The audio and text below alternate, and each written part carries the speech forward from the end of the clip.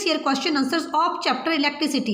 इस सीरीज के बाकी वीडियोस देखने के लिए चैनल एसएससी प्रिपरेशन को विजिट करें। Question number 1, name the property by virtue of which two conductors having identical structure offer the different resistance to the flow of current when connected to the same source of electric current. दो अलग अलग conductor अलग अलग resistance क्यों offer करते हैं? Due to resistivity of material of conductor. Different conductor, जैसे copper एक कंडक्टर है, सिल्वर एक कंडक्टर है, तो अलग अलग कंडक्टर्स हैं, लेकिन ये सारे कंडक्टर्स की रेजिस्टिविटी अलग अलग है। सो इस रेजिस्टिविटी डिफरेंस की वजह के कारण अलग अलग कंडक्टर जो हैं वो अलग अलग रेजिस्टेंस ऑफर करते हैं इलेक्ट्रिक करंट को। मीनिंग कोई इलेक्ट्रिक करंट को ज़्यादा रेजिस्ट करता है और कोई इलेक्ट्रिक करंट को कम रेजिस्ट करता है। Resistance meaning obstruction to the flow of electric current, और यूनिट्स ऑफ रेजिस्टेंस क्या है? ओम्स हैं। Next question, define resistivity of the material. इस क्वेश्चन में हमसे रेजिस्टिविटी के बारे में पूछा गया। हमें पता है कि resistance of the conductor is directly proportional to the length and resistance of the conductor is inversely proportional to area of cross section combining 1 and 2।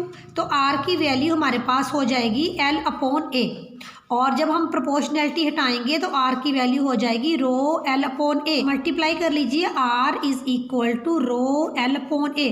Cross multiply कर लीजिए, रो और एल की वैल्यू आ गई और आर और ए को हमने मल्टीप्लाई कर दिया। रो की वैल्यू कितनी हो गई? RA/L। अब एरिया के यूनिट्स आपको पता है, आर रेजिस्टेंस है, रेजिस्टेंस के यूनिट ओम है। एरिया आप मीटर स्क्वायर में ले लीजिए और लेंथ की वैल्यू मीटर में आ गई।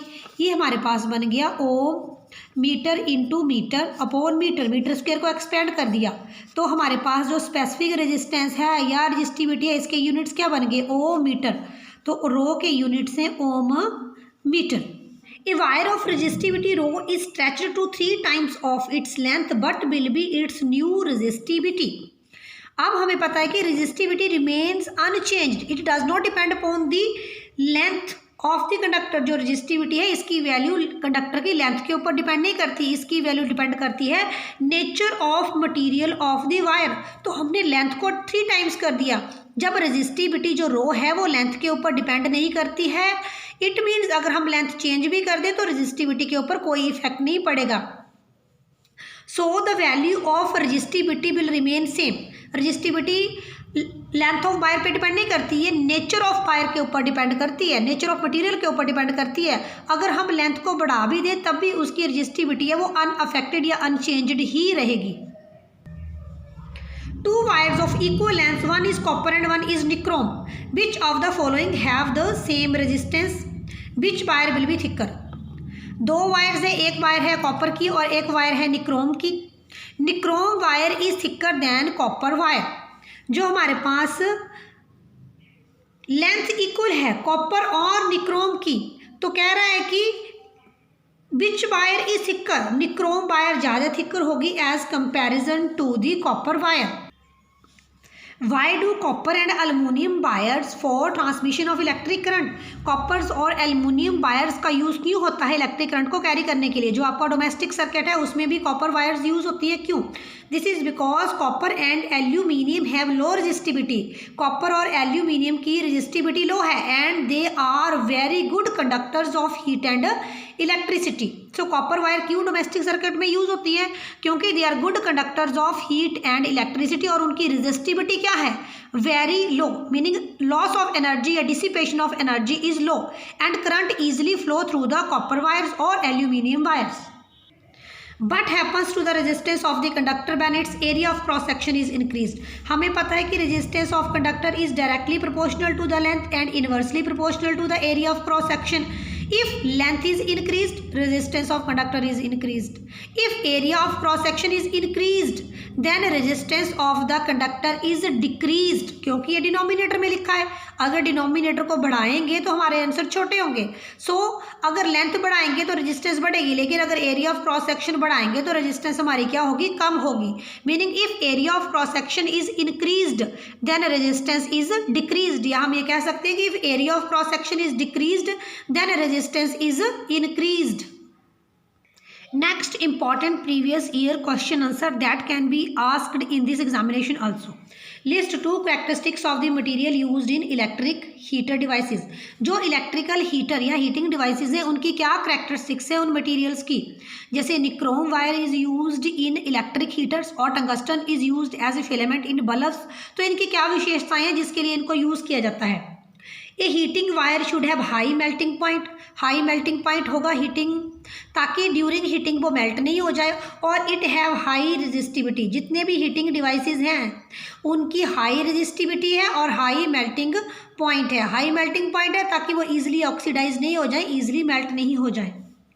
Why the alloys commonly used in the elements of electrical heating devices such as electrical toasters and electrical irons. सिर्फ हम लोग एलॉयज का यूज़ ही क्यों कर रहे हैं हीटिंग डिवाइसेस में. Heating devices which are based upon the heating effect of electric current, जैसे टोस्टर और इलेक्ट्रिक आयरन, इनमें एलॉय का यूज़ क्यों हुआ. As compare to the pure metal alloys have high resistivity. जितने भी एलॉयज हैं, alloy meaning a homogeneous mixture of two और मोर मेटल्स, जैसे गन मेटल हो गया, बेल मेटल हो गया, ठीक है.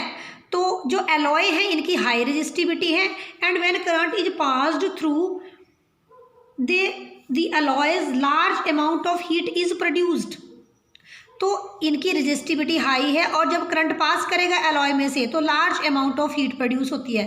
ये दो रीज़न है जिसकी वजह से हम लोग एलॉयज़ को हीटिंग डिवाइसेस में यूज़ करते हैं. क्यों?